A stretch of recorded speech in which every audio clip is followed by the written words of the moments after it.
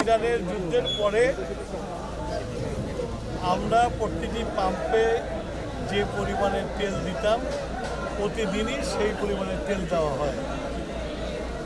আগে দেখা গেছে সেই তেল একদিন দেড় দিন বিক্রি করতে লাগছে, তার পরের দিন ট্রাকার্সে দিয়ে গেছে। হঠাৎ করে আমাদের তেলের সরবরাহ একই আছে, কিন্তু দেখা যাচ্ছে যে পাম্পে পাম্পে অনেক ভিড়,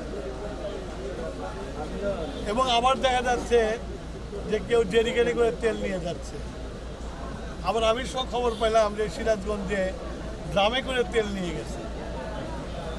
তার অর্থ হলো যে সরকার কষ্ট করে সারা পৃথিবী থেকে তেল জোগাড় করে নিয়ে আসে, তেলের সরবরাহটাকে স্থিতিশীল রাখার চেষ্টা করছে। কিছু অসাধু মানুষ তেলকে চোরাই বাজারে নিয়ে যাওয়ার জন্য পেট্রোল পাম্পে ভিড় করছে। সেইটা বন্ধ করার জন্য আমি রাত্রে এই পেট্রোল পাম্পে এসে দেখলাম, তার মধ্যে একটা পেট্রোল পাম্পে একটা মোটরসাইকেল দেখলাম তেল আছে, লোক ভেঙে চলে গেছে।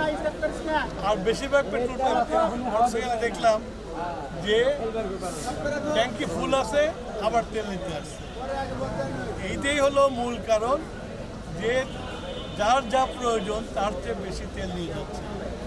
আমি এর আগেও জনগণের কাছে অনুরোধ করেছি, আমরা আপনাদের সেবক, আপনাদের সাহায্য করতে চাই, এবং সরকার অনেক কষ্ট করে অনেক ভর্তুকি দিয়ে তেল এনে এই তেলের বাজার থেকে সহনীয় পর্যায়ে রাখতে চাচ্ছে।